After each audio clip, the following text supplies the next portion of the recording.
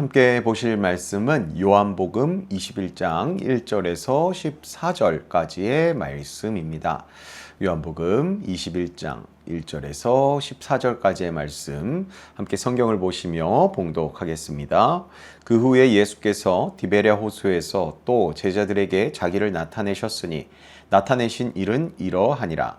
시몬 베드로와 디두모라 하는 도마와 갈릴리 가나 사람 나다나엘과 세베대의 아들들과 또 다른 제자 둘이 함께 있더니 시몬 베드로가 나는 물고기 잡으러 가노라 하니 그들이 우리도 함께 가겠다 하고 나가서 배에 올랐으나 그날 밤에 아무것도 잡지 못하였더니 날이 새어갈 때에 예수께서 바닷가에 서셨으나 제자들이 예수이신 줄 알지 못하는지라. 예수께서 이르시되 얘들아 너희에게 고기가 있느냐 대답하되 없나이다. 이르시되 그물을 배 오른편에 던지라 그리하면 잡으리라 하시니 이에 던졌더니 물고기가 많아 그물을 들 수 없더라. 예수께서 사랑하시는 그 제자가 베드로에게 이르되 주님이시라 하니 시몬 베드로가 벗고 있다가 주님이라 하는 말을 듣고 겉옷을 두른 후에 바다로 뛰어내리더라. 다른 제자들은 육지에서 거리가 불과 한 50칸쯤 되므로 작은 배를 타고 물고기 든 그물을 끌고 와서 육지에 올라보니 숯불이 있는데 그 위에 생선이 놓였고 떡도 있더라. 예수께서 이르시되 지금 잡은 생선을 좀 가져오라 하시니 시몬 베드로가 올라가서 그물을 육지에 끌어올리니 가득히 찬 큰 물고기가 153마리라.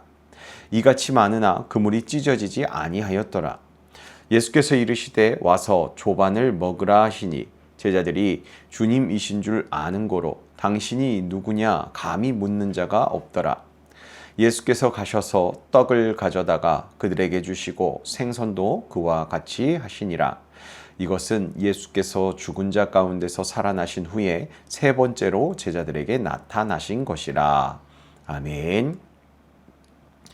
제자들은 부활하신 예수님을 이미 만났었지만 제자들의 마음은 여전히 흔들리고 있는 상태였습니다. 그래서 그들은 다시 갈릴리 디베랴 호수로 돌아가죠. 3절에서 보면 베드로는 나는 물고기 잡으러 가노라 라고 말하며 배에 탔고 다른 제자들도 함께 이 베드로를 따라갔습니다. 제자들은 예수님을 만났지만 아직 삶의 방향이 정리가 되지 않았던 것이죠. 그래서 가장 익숙한 옛 자리, 그 어부의 자리로 돌아간 것입니다. 그런데 밤이 새도록 물고기를 잡으려 그물을 던졌지만 아무것도 잡지 못합니다. 평생 바다를 알던 사람들이었지만 그날 밤은 유난히 아무것도 잡히지 않았습니다. 증거인 성도 여러분, 어쩌면 이것이 우리의 모습이 될 수도 있습니다.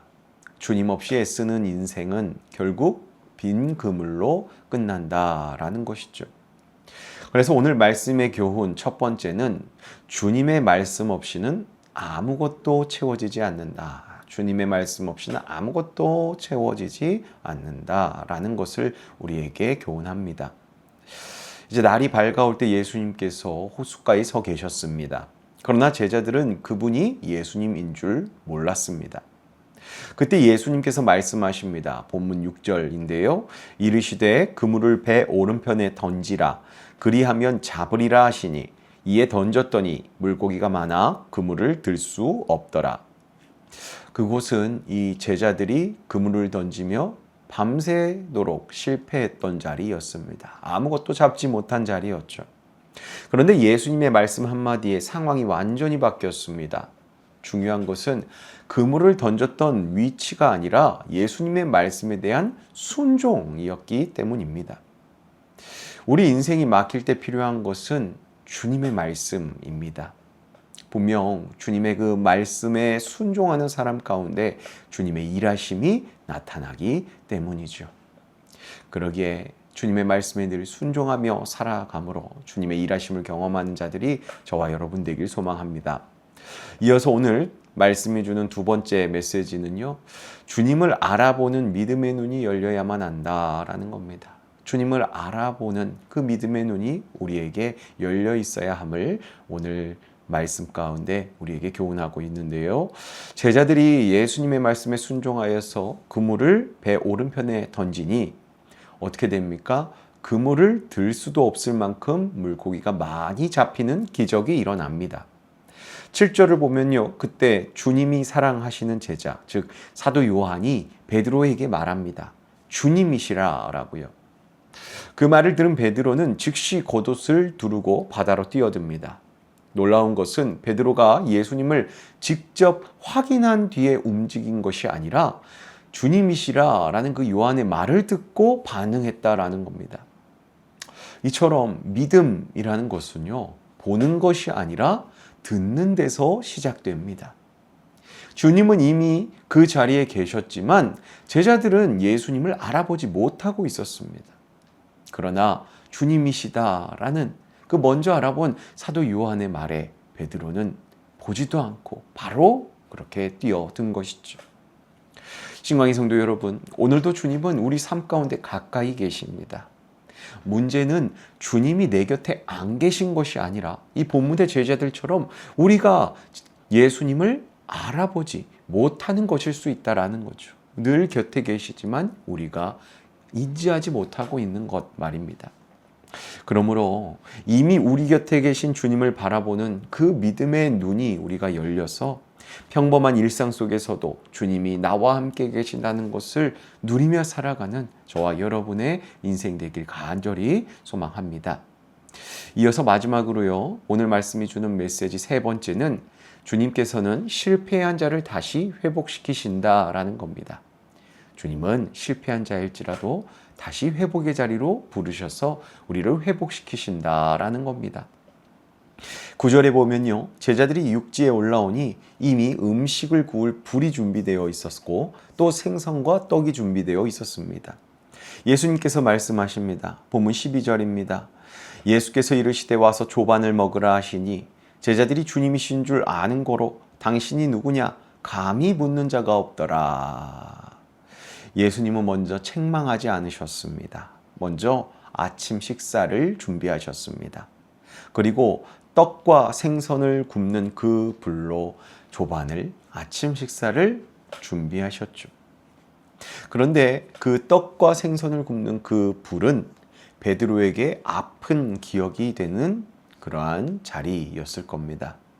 지난 18장에 등장하는 베드로가 예수님을 부인했던 그 밤 가운데 불을 쬐던 자리 말입니다. 그렇게 밤에 불을 쬐다가 예수님을 부인하는 말을 3번 하자 닭이 울리던 그 아침 말입니다. 그럼에도 예수님은 그 자리를 정죄의 자리로 만들지 않으셨습니다. 그 자리를 회복의 자리로 만드셨죠. 신광희 성도 여러분, 예수님께서는 우리의 실패를 끝으로 만들지 않습니다. 그게 마지막이 되게끔 그냥 놓치지 않으십니다.